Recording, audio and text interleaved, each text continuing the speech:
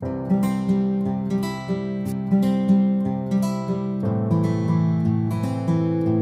everyone, welcome back to the channel. I hope you all are doing great. So आज की video में हम discuss करने वाले हैं TLC के बारे में। TLC क्या है? TLC है आपकी थिन लेयर क्रोमेटोग्राफी। क्रोमेटोग्राफी क्या होती है? क्रोमेटोग्राफी आपकी एनालिटिकल टेक्निक है जो कि सैम्पल के कंपोनेंट्स की सेपरेशन करवाने में हेल्प करती है। सपोज़ करो ये आपके पास एक बीकर है जिसके अंदर डिफरेंट कंपोनेंट्स प्रेजेंट हैं, जिसको मैंने लेबल करा है as A, B and C components. अब इन कंपोनेंट्स में से मैं चाहती हूँ कि एक कंपोनेंट की मैं आइसोलेशन करवा लूँ, यानी कि मैं उसको सेपरेट आउट करवा लूँ। तो उसके लिए जिस टेक्निक का यूज़ किया जाता है उसको क्रोमेटोग्राफी बोलते हैं। तो अब देखते हैं कि TLC में हम लोग सेपरेशन प्रोसेस को कैरी आउट कैसे करवाया जाता है। हम TLC में किस चीज़ का यूज़ करते हैं? TLC में एक ग्लास स्लाइड को यूज़ किया जाता है सेपरेशन प्रोसेस करवाने के लिए। यहाँ स्लाइड्स जो मेंशन है ये जनरली ग्लास की बनी होती हैं, या जो इसकी जगह पे ये प्लास्टिक की भी बनी हुई आती हैं। ये हम अपनी लैब में प्रिपेयर भी कर सकते हैं और आप इसको एज इट इज़ मार्केट से पहले से प्रिपेयर्ड भी आपको मिल सकती हैं। तो इसको प्रिपेयर करने के लिए हम क्या यूज़ करते हैं? स्टेशनरी फेज इनके अंदर इस TLC टेक्निक में हम लोग क्या यूज़ किया जाता है? एक thin layer of silica gel which is applied upon this glass slide. जो बेसिकली ये जो स्लाइड है इसके ऊपर एक पतली लेयर चढ़ाई जाती है, किसकी? सिलिका जेल की, जिसकी यूनिफॉर्म कोटिंग होती है ग्लास स्लाइड के ऊपर, जो कि एज अ स्टेशनरी फेज आपका एक्ट करती है, यानी कि वो फेस जो कि आपका मूव नहीं कर पाता। और यहाँ पे हम लोग कोटिंग सिलिका जेल की करते हैं। तो सिलिका जेल आपकी क्या है नेचर में? पोलर इन द नेचर है। तो that means our stationary phase is polar. और हमें पता है कि हमें जो पोलैरिटी लेनी होती है स्टेशनरी फेस की और मोबाइल फेस की, वो दोनों की ऑपोजिट होती है। तो यहाँ पे स्टेशनरी फेस अब हमें पता चल गया कि वो आपका पोलर है और इसीलिए हम लोग मोबाइल फेस की पोलैरिटी अब ऑलरेडी जानते हैं, जो कि क्या होने वाला है आपका नॉन पोलर। तो इसके अंदर हम लोग क्या देखते हैं? इसमें जो मोबाइल फेज लिया जाता है वो लिक्विड सॉल्यूशन होती है, जो कि बेसिकली सॉल्वेंट सॉल्यूशन है आपकी, और इसका नेचर क्या होगा? नॉन पोलर नेचर की है। बेसिकली इसकी एग्जांपल्स आप देख सकते हो, बेंजीन हो गया, CCl4 हो गया, या एसीटोन, ईथर, इस तरह के सॉल्वेंट सॉल्यूशंस को आप एज मोबाइल फेज लेते हो, यानी कि वो फेज जो कि आपका मूव करता है उसको आप नॉन पोलर नेचर में लोगे। दैट टू बिकॉज आपका स्टेशनरी फेज यहाँ पे पोलर था, तो ऑपोजिट पोलैरिटी का हमने मोबाइल फेज चूज़ कर लिया। तो हम देखते हैं कि अब TLC प्लेट को रेडी कैसे किया जाता है। TLC प्लेट यानी कि आपकी ग्लास स्लाइड के ऊपर आपको यूनिफॉर्म कोटिंग करवानी है, किसकी? सिलिका जेल की। तो उसके लिए आप क्या करते हो? पहले एक थिक स्लरी प्रिपेयर की जाती है, किसकी? सिलिका जो पाउडर होता है और उसके साथ सॉल्वेंट की, इसकी एक थिक पेस्ट बना ली जाती है। अब आप ग्लास स्लाइड को लेकर आते हो जिसको साइड से पकड़ा जाता है, ताकि इसके ऊपर कोई भी ग्लास स्लाइड के ऊपर आपकी कोई भी इम्प्रेशनमेंट ना रह जाए। तो कोई भी आपको नहीं चाहिए, तो आप इस स्लरी के अंदर ग्लास स्लाइड को डिप करा जाता है, जिसके फिर देखा जाता है कि उसकी यूनिफॉर्मली कोटेड ग्लास स्लाइड आप यहाँ से प्रिपेयर कर लिया जाता है। इसमें डिप करके आपने उसको बाहर निकाला, उसको थोड़ी देर ड्राई होने के लिए रख देते हैं। तो फिर आपकी जो स्लाइड है जिसके ऊपर सिलिका जेल जो है यूनिफॉर्मली कोटेड ऐसे प्रिपेयर हो जाती है। ये जो ग्लास स्लाइड्स हमने प्रिपेयर करी है, ये प्रोसीजर को यूज़ किया जाता है लैब्स में, कि जिससे आप TLC प्लेट को अपनी रेडी कर सकते हो। आपको मार्केट से ये TLC प्लेट रेडीमेड भी मिल जाती है। उसका फ़ायदा रेडीमेड लेने का क्या होता है कि उसकी यूनिफॉर्म कोटिंग होती है ग्लास स्लाइड के ऊपर। आपको मेन रिक्वायरमेंट जिस चीज़ की है कि आपको यूनिफॉर्मली कोटेड चाहिए। लैब में हो सकता है कि ऊपर नीचे रह जाए, किसी जगह पे कोटिंग ज़्यादा ज़्यादा हो गई है, किसी जगह पे कोटिंग कम रह गई है, तो ये चीज़ आपको नहीं चाहिए, इस चीज़ का ध्यान देना पड़ता है। तो आप बेसिक जनरली इसको मार्केट से ही प्रिपेयर्ड जो होती है उनका यूज़ कर लिया जाता है। तो अब देखते हैं आगे कि हमने ग्लास स्लाइड आपके पास प्रिपेयर्ड, या तो आपने प्रिपेयर कर ली है या आप मार्केट से ले आए हो, तो अब आपने उसके ऊपर क्या करना है, सैंपल जिसको सेपरेट करना है उसकी एप्लीकेशन यानी कि उसको अप्लाई कैसे करा जाएगा इस स्टेशनरी फेस के ऊपर, उसको देखते हैं। तो उसके लिए क्या करोगे, ये जो आपकी ग्लास प्लेट थी जिसके ऊपर यूनिफॉर्म कोटिंग आपकी सिलिका जेल की हो रखी है, इसके ऊपर हम at a distance of about 1 centimetre from one of the end, यानी कि इस स्लाइड के इस एंड से 1 सेंटीमीटर के डिस्टेंस के ऊपर आप एक पेंसिल से लाइन बनाओगे। ये जो लाइन बनानी है ये आपको पेंसिल से बनानी है। क्यों पेंसिल से बनानी है, क्योंकि इंक अगर आप यूज़ करोगे यानी कि पेन का यूज़ करोगे तो उनका जो पेन की इंक के अंदर डाइस प्रेजेंट है वो कंपोनेंट्स जो है वो आपके सैंपल के कंपोनेंट्स के साथ मिक्स हो सकते हैं, तो इसीलिए हम लोग जनरली पेंसिल का ही यूज़ करा जाता है। तो अब हम क्या करेंगे, ये जो हमने पेंसिल से मार्क लगाया था उसके ऊपर आपने क्या करा, ये जो ग्रीन मार्क मैंने लगाया है ये विया दी कैपिलरी ट्यूब्स आती हैं जो, उसकी हेल्प से सैंपल को अप्लाई किया जाता है इस लाइन के ऊपर। ओके, और फिर इस ग्लास स्लाइड को हम क्या करते हैं, इस सॉल्वेंट सोल्यूशन के अंदर आपने डिप कर दिया है। ये जो सॉल्वेंट सोल्यूशन है ये आपकी नॉन पोलर नेचर वाला मोबाइल फेस सॉल्वेंट जो आपको लेना है वो वाला सॉल्वेंट है, और इसको आपने प्लेस किस में करा हुआ है, ये एक सैचुरेटेड चैम्बर के अंदर प्लेस्ड है। सैचुरेटेड चैम्बर का मतलब यानी कि ऐसा चैम्बर जिसको आपने सॉल्वेंट सोल्यूशन को फिल करके ऊपर से क्लोज कर दिया ताकि जो मोबाइल फेस के वेपर्स भी हैं वो यूनिफॉर्मली इस चैम्बर के अंदर स्प्रेड आउट हो जाएं।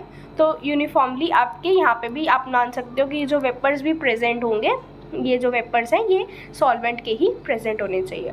और आपने इसके अंदर क्या करा, अपनी ग्लास स्लाइड जिसके ऊपर आपने सैंपल को प्लेस करा, सैंपल आपने लगाया हुआ था at a distance of 1 centimetre, उसको आपने इसके अंदर प्लेस कर दिया। एक चीज़ का और ध्यान देना होता है कि ये जो ग्लास स्लाइड है जिसकी आपने पेंसिल से मार्किंग कर रखी है वो आपकी सॉल्वेंट सोल्यूशन में कम्प्लीटली डिप नहीं होनी चाहिए, क्योंकि आपका जो सॉल्वेंट सोल्यूशन है वो सैंपल के डायरेक्ट कांटेक्ट में आ जाएगा और वो दोनों आपस में मिक्सअप हो सकते हैं। इसीलिए उस चीज़ का भी आपको ध्यान देना होता है कि ऊपर की तरफ थोड़ा सा वो मार्क रहे, सॉल्वेंट सोल्यूशन के अंदर एग्जैक्टली डिप नहीं होनी चाहिए। तो अब इसके बाद क्या होगा, ये जो सैंपल आपने, ये जो हमने रख दिया, ये सैंपल आपने अप्लाई करके ग्लास स्लाइड को चैम्बर के अंदर हमने रख दिया जिसके अंदर आपकी सॉल्वेंट सॉल्यूशन भी फिल्ड थी। अब क्या होगा, थोड़ी देर बाद ये जो है सॉल्वेंट सॉल्यूशन जो है विया कैपिलरी एक्शन ऊपर की तरफ मूव करना स्टार्ट करेगा आपकी ग्लास स्लाइड के ऊपर। तो सॉल्वेंट सॉल्यूशन क्या था, जो कि आपका मोबाइल फेस था, वो मूव करेगा ऊपर की तरफ जो कि विया कैपिलरी एक्शन होगा, और उसके साथ क्या होगा, आपके जो ये सैंपल के कंपोनेंट्स हैं वो आपके सेपरेट आउट होने स्टार्ट हो जाएंगे। तो ये जो सेपरेशन प्रोसेस होगी थोड़ी देर बाद कुछ आपको ऐसा दिखने लग जाएगा। ये जो थी बेसलाइन जिसके ऊपर जो पेंसिल से लाइन मार्क करी जाती है उसको बेसलाइन बोला जाता है, उसको बेसलाइन बोलते हैं। तो जो सैंपल के कंपोनेंट्स जैसे सॉल्वेंट ऊपर की तरफ राइज करेगा तो जो सैंपल के कंपोनेंट्स हैं वो सेपरेट आउट होने लग जाएंगे via the capillary action, that is on the basis of polarity के बेसिस पे यहाँ पे सेपरेशन होने वाली है।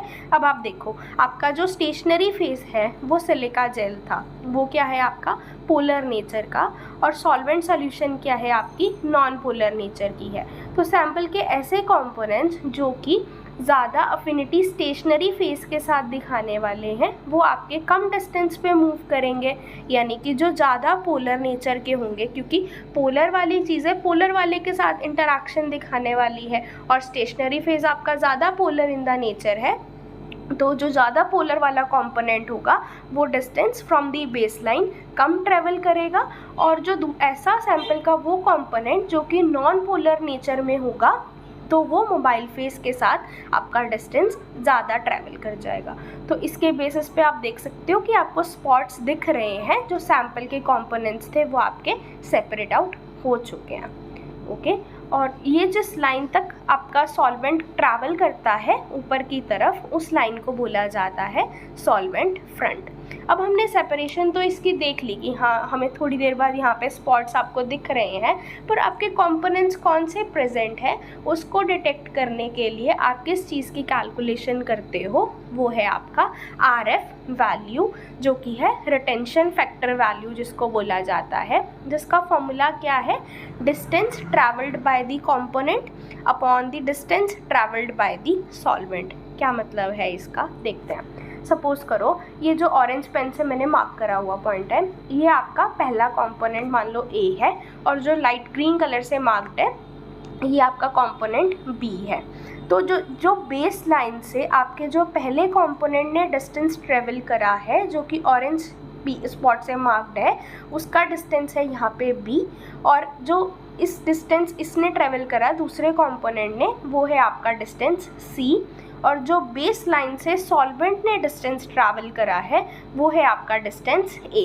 तो अगर मुझे RF वैल्यू आपके पहले वाले कंपोनेंट की देखनी है, यानी कि जो ऑरेंज से मैंने मार्क करा हुआ है, वो कितना होगा, डिस्टेंस जो इस पर्टिकुलर कंपोनेंट ने ट्रैवल करा है, जो कि आपका ज़्यादा पोलर नेचर का था, वो क्या होगा यहाँ पे B था डिस्टेंस, अपॉन जो डिस्टेंस आपके सॉल्वेंट ने ट्रेवल करा, यानी कि बेस लाइन से सॉल्वेंट फ्रंट तक का जो डिस्टेंस है वो क्या था आपका A। तो B/A आपकी RF वैल्यू होगी, जो कि ऑरेंज कलर से मैंने कंपोनेंट को मार्क कर रखा है। सिमिलरली जो दूसरे वाले कंपोनेंट जो कि लेस पोलर नेचर का था, इसकी अगर मुझे RF वैल्यू देखनी होगी, वो क्या होगी, डिस्टेंस जो इसने ट्रेवल करा बेस लाइन से, that is your C, upon जो डिस्टेंस आपके सॉल्वेंट ने ट्रैवल करा, दैट इज़ A। तो ये जो वैल्यूज़ हैं ये आपको RF वैल्यूज़ का पता चल जाएगा इससे। और ये जो RF वैल्यूज़ होती हैं डिफरेंट कंपोनेंट्स की, ये रिकॉर्डेड होती हैं ऑलरेडी। इनके लिए एक बुक प्रिपेयर करी हुई है जिसमें RF वैल्यूज़ नोटेड है। तो यहाँ से RF वैल्यू को कैलकुलेट करके आप उससे कंपेयर करके अपना पता लगा सकते हैं कि कौन से कंपोनेंट आपके मिक्सचर के अंदर प्रेजेंट थे। ओके, तो कई बार क्या हो जाता है कि आपके अगर तो कलर्ड सॉल्यूशंस प्रेजेंट होती हैं, हमारे सैंपल जो है वो कलर्ड है और उसके कंपोनेंट्स आपको डार्क स्पॉट्स आपको इजीली विजिबल हैं।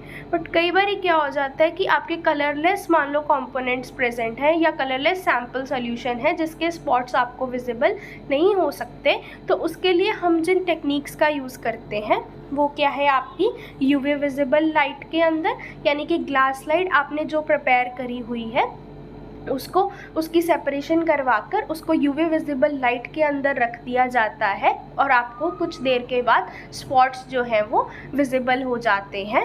और ये मेथड जनरली कंजुगेटेड मॉलिक्यूल्स के लिए यूज़ किया जाता है, जिनके अंदर double bonds, alternatively double bonds present होते हैं ऐसे। तो उनके लिए आप UV विजिबल लाइट का यूज़ कर सकते हो। अगर आपके सैंपल के कंपोनेंट्स के अंदर अमीनो एसिड्स प्रेजेंट हैं, तो उनके लिए जिन टेस्ट का यूज़ किया जाता है वो होता है आपका निनहाइड्रिन टेस्ट। यानी कि अगर सैंपल जो लेके आए थे उसके अंदर अमीनो एसिड्स प्रेजेंट है और उसके स्पॉट्स आपको विजिबल नहीं है, आपको दिखाने हैं कि आपने प्रोसेस कैरी आउट करवा ली है बट आपको स्पॉट्स विजिबल नहीं हो रहे, तो ये इसको आप निनहाइड्रिन टेस्ट को यूज़ किया जा सकता है। और अगर वो भी नहीं है तो थर्ड मेथड होता है आयोडीन क्रिस्टल्स का। आयोडीन क्रिस्टल्स को एक बीकर के अंदर प्लेस करा जाता है, ग्लास स्लाइड की सेपरेशन करवाने के बाद उसको आयोडीन क्रिस्टल्स के अंदर प्लेस कर दिया जाता है, जिसके बाद थोड़ी देर के बाद आपको वो कंपोनेंट्स के स्पॉट्स आपको विजिबल हो सकते हैं। तो ये कुछ एक मेथड्स हैं कि अगर आपके कलरलेस स्पॉट्स आपको विजिबल, कलरलेस हैं स्पॉट्स और उनको आपको विजिबल करवाना है, तो ये कुछ टेक्निक्स उसके लिए यूज़ की जाती हैं। तो कई बार क्या होता है कि आपको अगर आपके पास ये सारी प्रोसेसेस करवाने के बाद भी आपको कोई भी स्पॉट आपको विजिबल नहीं है, इसका मतलब है कि जो आपने सैंपल जो आपने अप्लाई किया है उसकी कॉन्सेंट्रेशन आपने बहुत ही कम ली है। तो आपको एक बार उसकी आप दोबारा से एक्सपेरिमेंट को परफॉर्म कर सकते हो, बट उसकी थोड़ी कंसंट्रेशन को ज़्यादा लेकर। तो ये हो सकता है कि अगर आपको कोई भी स्पॉट विजिबल नहीं है तो सैंपल की कंसंट्रेशन आपने बहुत ही कम ली है। और कई बार क्या होता है कि ग्लास स्लाइड के ऊपर ऐसे स्पॉट्स दिखने की जगह आपको स्ट्रीक्स दिखने लग जाती हैं, जिसका क्या मतलब होता है कि आपने सैंपल की जो कंसंट्रेशन यूज़ करी है वो आपने बहुत ही ज़्यादा यूज़ कर ली है। तो इस तरह से हम TLC टेक्निक के थ्रू अपने सैंपल के कंपोनेंट्स को सेपरेट किया जाता है और उनको डिटरमाइन किया जाता है कि सैंपल के अंदर कौन से कंपोनेंट्स प्रेजेंट हैं। तो आई होप आपको ये समझ आया होगा, और अगर आपको कोई भी डाउट है तो आप मुझसे वो कमेंट सेक्शन में पूछ सकते हो। So thank you so much for watching and do hit the like button and subscribe to the channel.